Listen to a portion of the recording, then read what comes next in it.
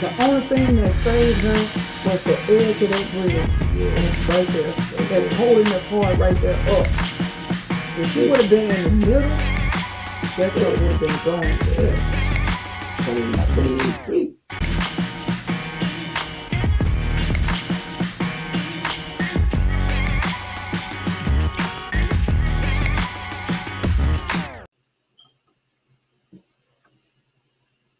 Right. Ooh, swerve. I want to know what's happening. What's Yeah, going on? yeah, that was bad. Wow. Oh my God.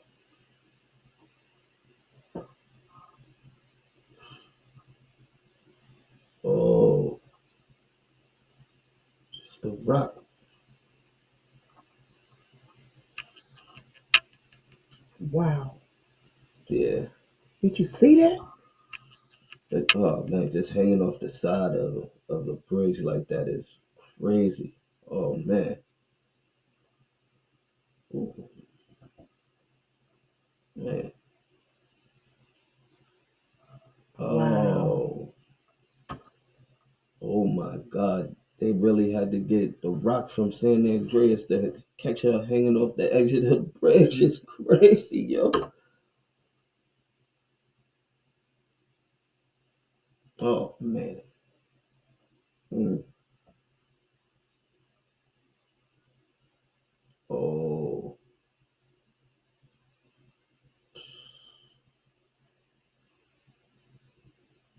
talk about scared for my life. Mm. What? This is crazy. Mm-mm. Ooh.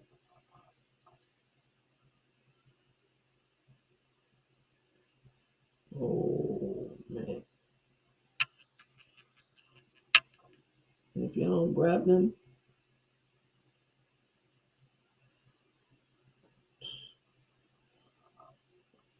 oh man. Can't even say she was speeding.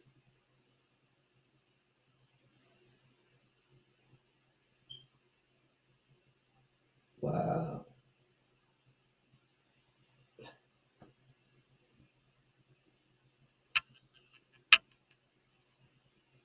Ooh, I know she's glad to be alive. I know she was glad to be on ground. Oh yeah.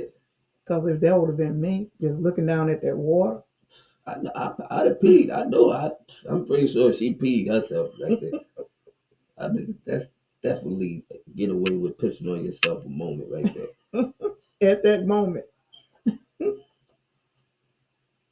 It's the miracle on the Second Street Bridge. Our WHAS 11 News exclusive now with a brand new report on the WHAS 11 team. Hello, everyone. I'm Doug Prophet.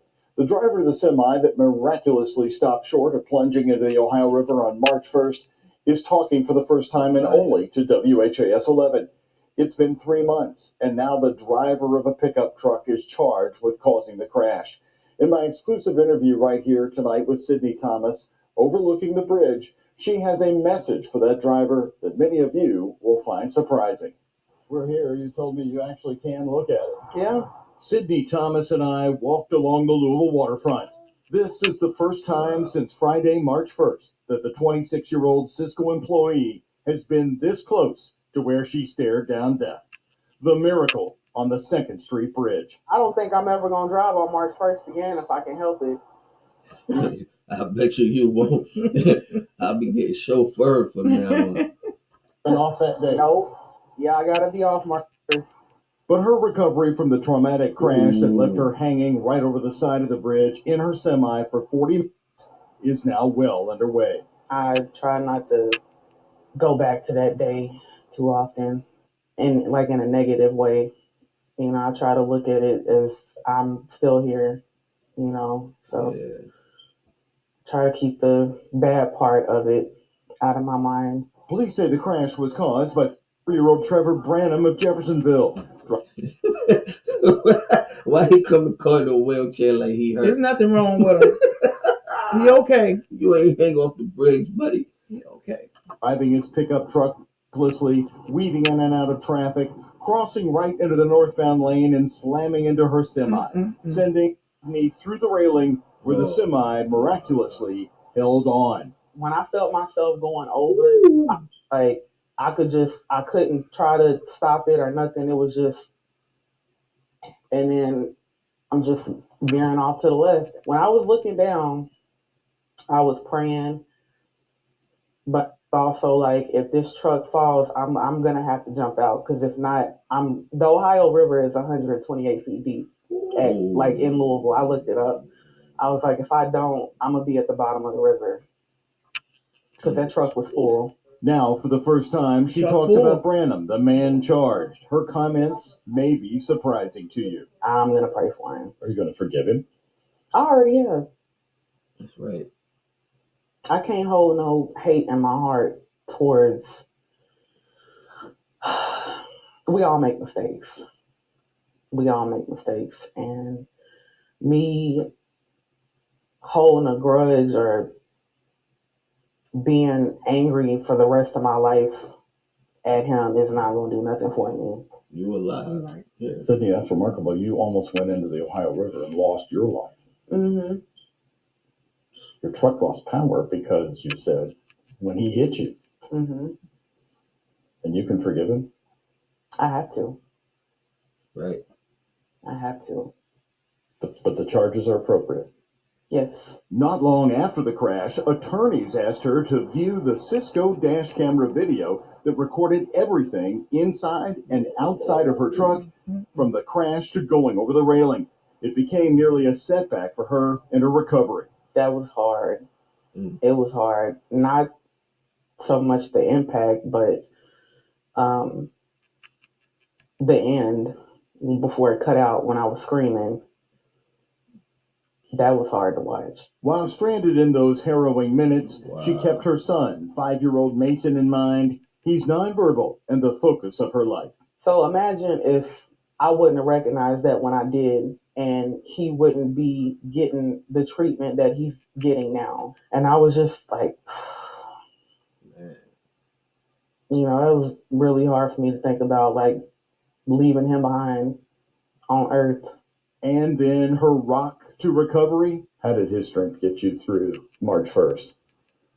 I've always been a daddy's girl. Her dad, Mark, he's been a semi-driver for 18 years. That was nothing but God displaying himself.